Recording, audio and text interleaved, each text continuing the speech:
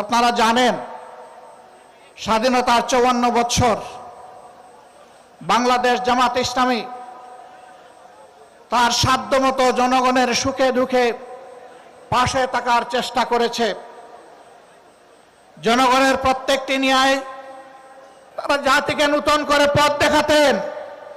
এই অন্ধকার থেকে বের হয়ে আসার উপায় কি?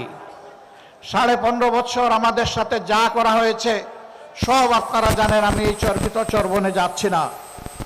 তারা অনেক মানুষকে এই খুন করেছে, আবার আল্লাহর ইচ্ছায় অনেককে তারা খুন করতে পারেনি।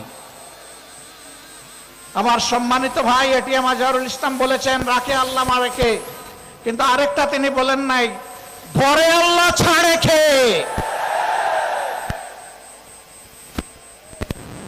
আল্লাহ তাআলা সহজে ধরেন না, কিন্তু ধরা খাইলে তার চঙ্গল থেকে কেউ বাঁচে না। মহান মাবুদের দরবারে হাজার শুকরিয়া। সম্মানিত নেতৃবৃন্দ অন্যায়ের কাছে এক মুহূর্তের জন্য মাথা নত করেন নাই।